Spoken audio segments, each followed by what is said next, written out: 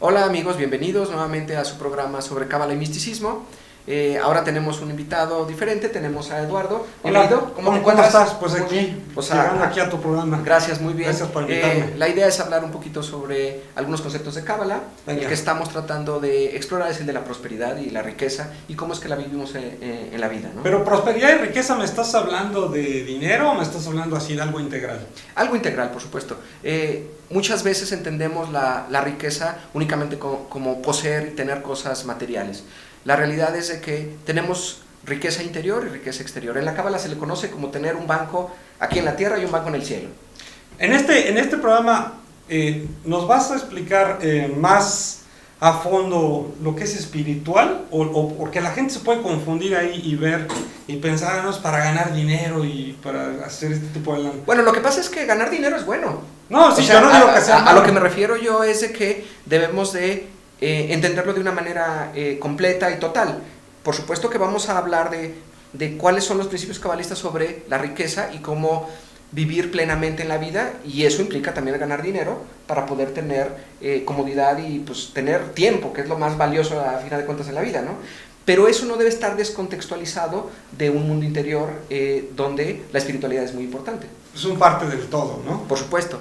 De otra manera estaríamos cayendo en la polarización y en enfocarnos únicamente en una parte. Es como si yo únicamente me enfoco en el cuerpo físico y a lo mejor tengo un cuerpo físico muy sano, pero mi mente está hecha a pedazos y mis emociones están totalmente destruidas.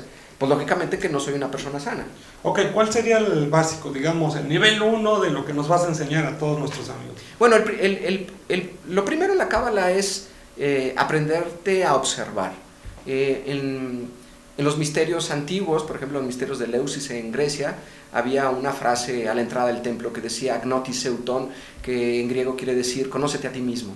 A final de cuentas, esa es como la premisa en cualquier búsqueda espiritual, porque si yo no sé quién soy, si yo no sé cuáles son mis motivaciones, si yo no sé cuáles son los patrones subconscientes que motivan y hacen que reaccione ante la vida, pues va a ser muy difícil que yo pueda tomar decisiones informadas y decisiones desde una claridad. En otras palabras, tengo que empezar a observarme. Y hay básicamente 3 niveles de observación.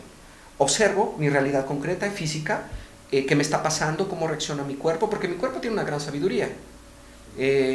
En ocasiones yo le comento a mis alumnos, imagínate que te vas a ir a comer un pozole y el pozole te habla. El pozole te dice si está echado a perder. ¿Cómo está eso? A ver, cuéntanos un poco más. Está interesante. Es medio raro, pero la realidad es de que cuando vas a tomar una bebida o un alimento, tu cuerpo te dice si eso está bien o está mal. Es como si el cuerpo leyera y hay por un instante hay una sensación que dice no me lo debo de comer. Pero inmediatamente entran otros procesos. Normalmente tienen que ver con recuerdos, con apegos, con emociones y sentimientos. Es que mi mamá me daba un pozole muy rico y pues ya falleció, y yo tengo, pues me voy a comer mi pozole y me voy a sentir muy bien como antes. Pues no necesariamente, tu cuerpo ya te estaba avisando que no era por ahí. Y no leíste tú, no tuviste la visión para poder leerte y decir, es que mis emociones está pasando esto y tengo un sistema de creencias que dice esto, y entonces lo antepuse a lo que el cuerpo me decía. Entonces el cuerpo tiene una sabiduría, por ejemplo. Entonces la Cábala le tienes que hacer como caso a tu instinto, a lo primero que estás sintiendo. ¿Es algo así? Okay. Quiero entenderlo. No necesariamente. También aún eso que el cuerpo te está reportando tiene que ser observado. Pero ¿quién es el observador a final de cuentas? Exacto. ¿Sí? O sea, tu intelecto, tu mente es la que observa. Tus emociones son las que reaccionan ante diferentes estímulos, o son los instintos que vienen de una memoria celular, corporal, la que hace que te muevas. Para la Cábala, el observador está afuera o adentro, si así lo prefieres, en un centro interior, guiando un proceso de manifestación de la divinidad en la tierra. En otras palabras, buscando experiencia.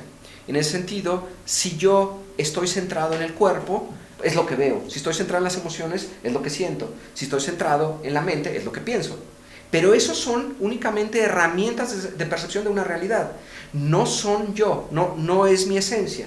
Entonces tengo que aprender a conectarme con el verdadero ser, con mi esencia, que utiliza cuerpo, instintos, emociones, pensamientos, sentimientos, para poder experimentar la vida. eso es un estado, podríamos decir, de conexión. Volviendo a tu ejemplo de lo del pozole, por ejemplo, dices, puta, el pozole, ¿no? La conciencia, como dices tú, hay una como vocecita ahí que te dice, te va a hacer daño, otra que es tu cuerpo físico que te dice, tengo hambre, Ajá. y me imagino que habrá otras, o sea, Así no sé es. si nos las puedas decir, y luego la que dices, la general, que tienes que darte cuenta de todo, ¿no? Claro. Sí. Por afuera, ¿cómo te das cuenta? A ver si nos Mira, explicas. la cábala lo ve de la siguiente manera. Tenemos diferentes cuerpos, no nomás el cuerpo físico, son como vehículos del ser, y cada uno de ellos es un instrumento especializado para leer la realidad. Así que el cuerpo tiene instrumentos muy, muy finos para detectar cierto rango de realidad. A esa realidad nosotros le llamamos el mundo físico, el mundo material. Y utilizamos los 5 sentidos, el tacto, el olfato, la vista, etcétera, para poder leer. Pero después tenemos otro vehículo con el que leemos sutilezas o energías, si así lo queremos ver, ¿no? Como un cuerpo, en ciertas tradiciones le llaman cuerpo etérico, cuerpo astral o cuerpo psíquico, que nos permite poder sentir, por ejemplo, a una persona. A todos nos sucede que llega una persona y tú la sientes. Es como la clásica vibra, esto dices, ay, no me da buena vibra. Exactamente, es como estás leyendo una vibración. A lo mejor ni siquiera has visto a la persona, a lo mejor llegó detrás de ti y ya estás percibiendo algo. ¿Sí? Por ejemplo, vamos a encontrar a estos maestros de las artes marciales que de pronto tienen una percepción periférica y dices, bueno, ¿cómo es posible que estén percibiendo cosas a nuestro alrededor? Pues las están percibiendo porque han desarrollado esa percepción. Podríamos decir que ya no es únicamente la cercanía física que percibe cosas, sino que ahora energéticamente también empieza a sentir cosas, ¿no? Y después de esta parte energética tenemos una herramienta que nos lee las emociones, pero esas emociones se van afinando también. Hay emociones, hay sentimientos, pero también hay aspiración, también existe un deseo por lo trascendente. Entonces tenemos como un gran rango de lectura emocional. Ahí te quiero interrumpir. Entonces quedamos que es la física, Ajá. la que percibimos, la vibracional, la que como que Ajá. sientes ahí, güey, acá atrás. A esa le vamos a llamar energía vital. Ok, si tú les pones los nombres, yo no lo Es sé. importante para los que más o menos leen algo de cábala, bueno, puedan decir, bueno, a esto se está refiriendo, ¿no? Y venimos a la tercer nivel, que vendría siendo ya lo espiritual. No, es emocional. Es emocional. Emocional. Entonces Sí. tenemos físico, luego de Energético. percepción, energético y luego emocional. Ajá. ¿Y existen más? Por supuesto. ¿Para arriba? Sí, después sigue el nivel mental. Ahí están todos nuestros procesos mentales. Ahí está el intelecto, está la discriminación, la razón, el análisis. Tenemos como un flujo mental, que es como construimos ideas, y hay un diálogo interior, en otras palabras, cómo es que nos hablamos nosotros y cómo relatamos nuestra realidad. En otras palabras, la construcción del lenguaje para dar cuenta de lo que nos sucede, ¿no? Ese nivel es muy importante porque los seres humanos los hemos desarrollado de una manera pues muy muy grande en comparación a otras formas vivientes en este planeta. Sin embargo, no es el único. Sin embargo, estos niveles de los que he hablado, de alguna manera están refiriéndose a herramientas de percepción de la realidad. Y dependiendo de cuál sea el sistema de creencias que tenemos, es como leemos nuestra realidad y lo codificamos en pensamientos y en lenguaje. Si nosotros cambiamos el sistema de creencias, la realidad también cambia, por ejemplo. ¿Cuántos niveles hay de estos? Si los pudiéramos poner aquí así. O sea, ya mencionaste tres. ¿Son infinitos? ¿Son muchos? No, digo, para la gente que no sabemos. Sí, no por somos. supuesto. Ya después del nivel mental tenemos como un coordinador de todas estas herramientas que ya sería el nivel del alma, ¿no? ¿Y a cuál le tenemos que hacer caso? O sea, primitivamente le hacemos caso al nivel físico, Al ¿no? instintivo, ajá. Y ya después vamos subiendo. Efectivamente. Con tus cursos podemos pues ir agarrando, ahora sí que más nivel para llegar a este tope de nivel y tenerlo todo. Por supuesto, el estudiar cábala es una forma excelente. Yo creo que es una de las disciplinas de desarrollo espiritual más valiosas que existen, o cuando menos, lo puedo decir desde mi experiencia, y bueno, tampoco es menospreciando ninguna otra. Cualquier tradición viviente de desarrollo espiritual es valiosa, y la mejor es la que nos sirve, ¿no? Entonces a mí me ha servido la cábala y es de la que puedo hablar. Nomás déjame terminar la idea. Básicamente aprenderías este proceso de autoconocimiento y de poder ampliar la percepción de la realidad y ya no leerla tan distorsionada. Porque nosotros cada vez que leemos la realidad a partir de un sistema de creencias, de una emoción o desde el cuerpo, lógicamente la vamos a leer o interpretar a partir de los filtros que tenemos, que son las experiencias de vida, que son las capacidades corporales que tenemos. A lo mejor mi visión no es muy buena porque tengo problemas de visión a corta distancia, y pues veo la realidad de diferente manera que otra persona, ¿no? Entonces hay limitaciones que están condicionadas por lo que es ser un ser humano encarnado. En otras palabras, lo que hace la Cábala es empezar a ensanchar esas posibilidades de interpretación de la realidad y por lo tanto te da una herramienta de modificación muy poderosa.